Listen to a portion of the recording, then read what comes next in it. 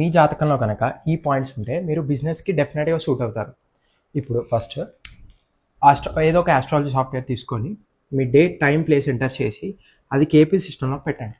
పెడితే ఇది మీ birth chart వస్తే మీ బర్త్ చార్ట్లో సపోజ్ ఇది మీ లగ్నం అనుకుంటే దాంట్లో 7th లార్డ్ 6th లో ఉండాలి, 6th లార్డ్ 7th లో ఉండాలి. అంటే ఈ లగ్నానికి ఇది 6th హౌస్ అవుతుంది, 7th హౌస్ అవుతుంది. అంటే ఇప్పుడు 7th హౌస్ అధిపతి ఎవరు? కుజుడు, మార్స్. ఈ మార్స్ 6th హౌస్లో ఉండాలి, లేదంటే ఈ 6th హౌస్కి అధిపతి శుక్రుడు, వీనస్. ఈ వీనస్ 7th హౌస్లో ఉండాలి.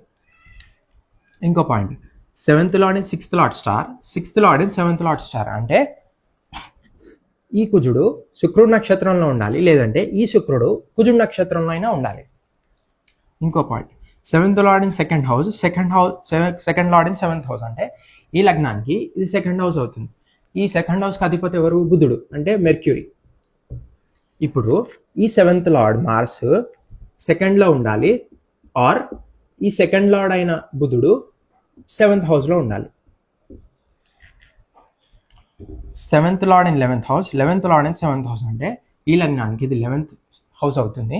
ఈ హౌస్కి గురువు అధిపతి. ఇప్పుడు ఈ 7th లార్డ్ అయిన కుజుడు 11th ఉండాలి, ఆర్ ఈ 11th లార్డ్ అయిన గురువు 7th ఉండాలి. ఇప్పుడు ఇలా ఉంటే మీరు బిజినెస్కి సూట్ అవుతారు. ఈ 4 పాయింట్స్లో ఏ ఒక్క 1 పాయింట్ ఆర్ 2 పాయింట్స్ ఉంటే మీరు డెఫినెట్గా సూట్ అవుతారు బిజినెస్కి. ఇప్పుడు అసలు ఈ పాయింట్స్ ఏంటంటే అసలు మీరు బిజినెస్కి సూట్ అవుతారా లేదా అని చెప్తే, ప్రాఫిట్స్ ఎప్పుడు లాసెస్ ఎప్పుడు అని చూడడానికి దశ అంతర్దశ చూసి డిసైడ్ చేయాలి.